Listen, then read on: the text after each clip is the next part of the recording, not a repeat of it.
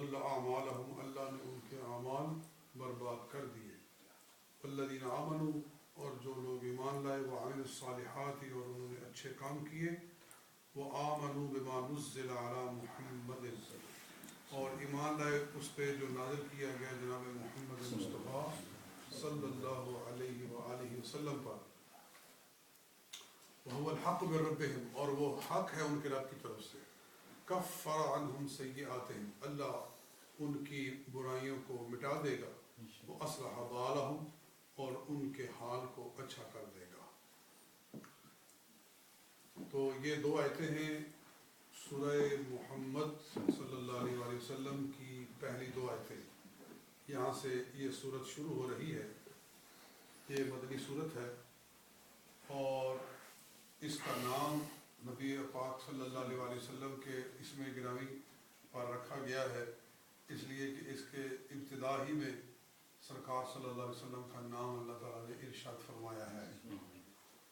حضور صلی اللہ علیہ وآلہ وسلم کے دو ذاتی نام ہیں محمد اور احمد. یہ آپ کے دو ذاتی نام ہیں اور یہ صرف آپ ہی کی خصوصیت ہے. باقی ہر چیز کا ذاتی نام ایک ہی ہوتا ہے. ذاتی نام کہ جو اس کو اس کے نام کے حوالے سے ہوتا ہے. باقی ساری صفات ہوتی ہیں. جیسے اللہ تعالیٰ کا ذاتی نام ایک ہی ہے اللہ. باقی الرحمن الرحیم الملک القدوس الغفور الشکور جتنے بھی اللہ تعالیٰ کے نام ہیں باقی سارے صفاتی نام ہیں مگر ذاتی نام اس کا ایک ہے. مگر یہ آقا دو جہاں صلی اللہ علیہ وآلہ وسلم کی ایک خصوصیت ہے. ہر نبی کا ذاتی نام ایک ہی ہے. موسیٰ عیسیٰ ابراہیم آدم ہر کسی کا ذاتی نام ایک ہوتا ہے. مگر آپ کو ہی یہ شان بخشی گئی ہے کہ آپ کے ذاتی نام دو رکھے گئے ہیں. اور جب حضور صلی اللہ علیہ وآلہ وسلم پیدا ہوئے تھے تو آپ کی والدہ نے آپ کا جو نام رکھا تھا وہ محمد تھا صلی اللہ علیہ وآلہ وسلم.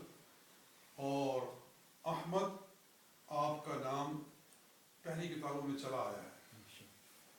تورات و انجیل میں پہلے انبیاء کرام نے آپ کی جو بشارت دی ہے کہ آنے والے ہیں جناب احمد تو احمد کہا. عیسیٰ علیہ السلام نے بھی فرمایا وَمُبَشِّرًا بِرَسُولٍ يَأْتِي مِن بَعْدِي اسْمُهُ احمد. 28ویں پارے میں سورہ صف میں کہ میرے بعد آنے والے ہیں نبی ان کا نام ہے احمد.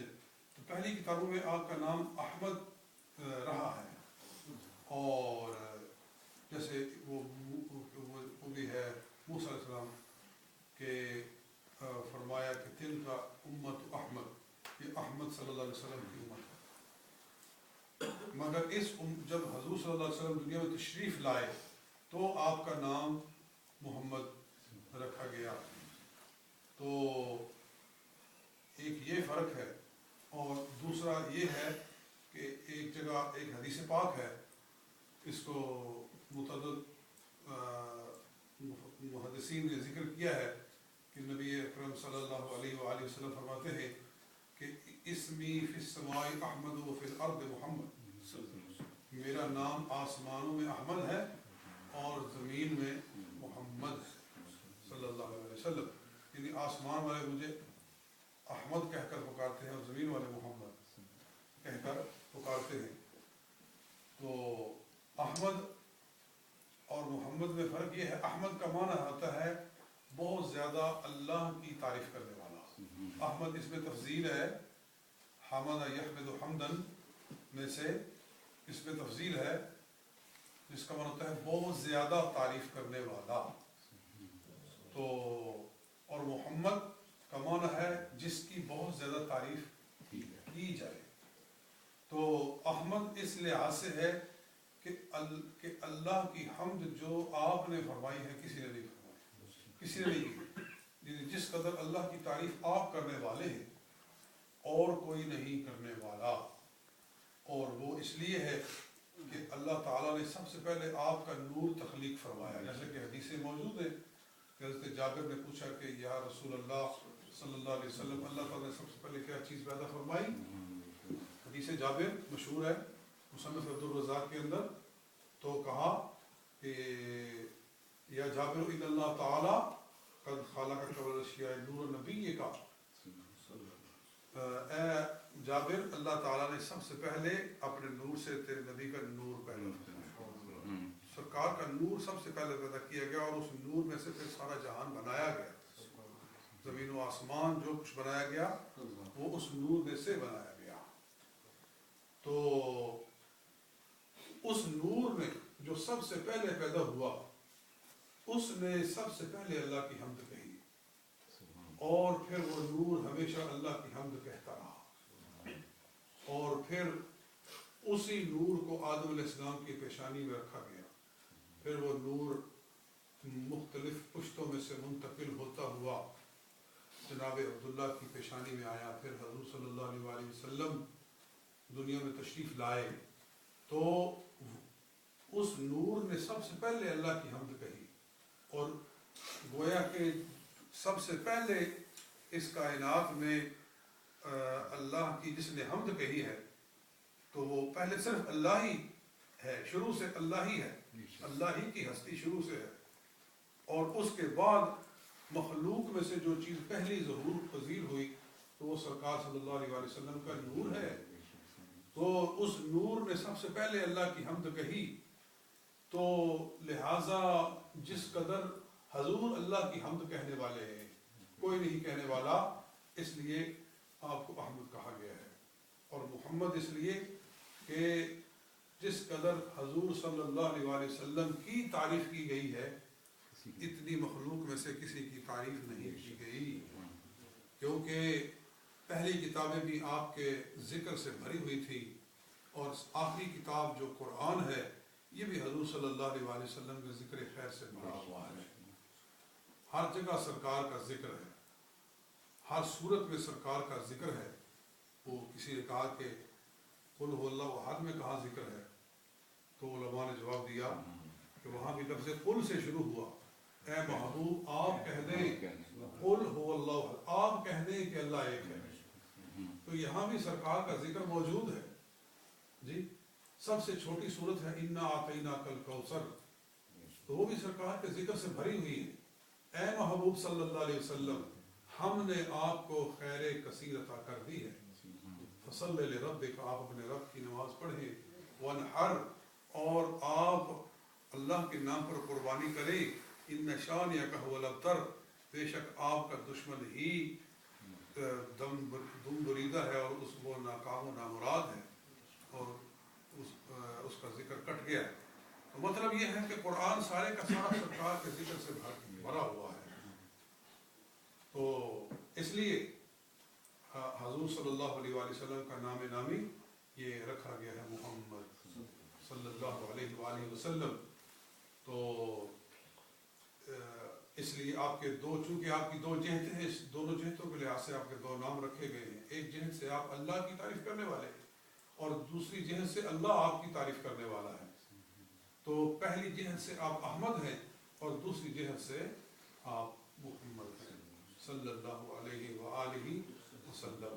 اور سرکار سے پہلے یہ کسی کا نام نہیں تھا، یہ آپ ہی دنیا میں سب سے پہلے وہ انسان تشریف لائے کہ جس کا یہ نام رکھا گیا، اور یہ بڑا برکت والا نام ہے.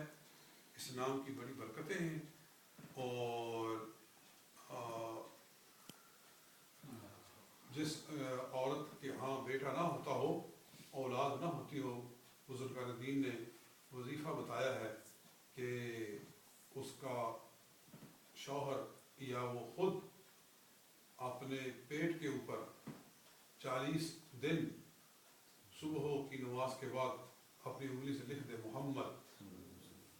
جی تو یہ ایک وظیفہ ہے، اس کی برکت سے اللہ تعالیٰ اس کو اولاد عطا کرے گا. جب وہ یہ کرے گی تو اس کے بعد اللہ تعالیٰ اس کو اولاد عطا کرے گا. یہ بزرگان دین نے لکھا ہے.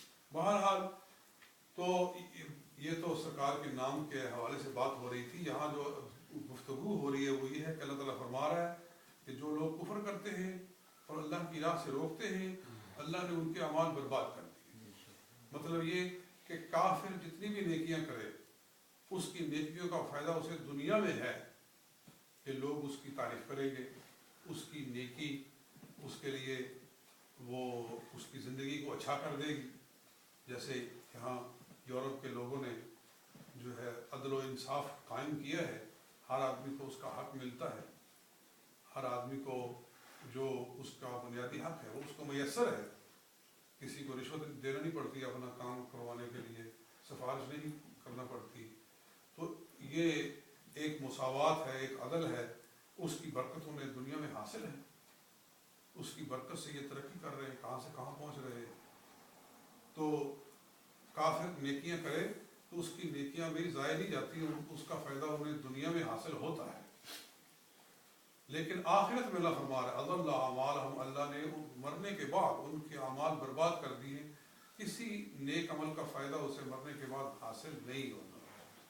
تو کافر کی نیکیاں اسے آخرت میں نہیں کام آتی، مگر جو مومن ہیں ان کا ذکر اگلی آیت میں فرمایا کہ والذین آمنوا، اور جو لوگ ایمان لاتے ہیں، وعملوا الصالحات، اور اچھے کام کرتے ہیں، وآمنوا بما نزل علی محمد، اور جو سرکار دو عالم صلی اللہ علیہ وسلم پر نازل ہوا اس پر وہ ایمان لاتے ہیں، تو کیا ہوتا ہے کہ کفر عنہم سیئاتہم، اللہ تعالیٰ ان کے گناہوں کو مٹا دے گا۔ یعنی اس کی برکت سے اللہ تعالیٰ ان کے نیک اعمال کرنے کی وجہ سے ان کے بد اعمال کو مٹا دیتا ہے۔ جی جیسے یہ کل ہی میں ایک حدیث پاک پڑھ رہا تھا کہ رسول پاک صلی اللہ علیہ وسلم وہ روایت کرتے ہیں کہ جو آدمی اچھا وضو کرے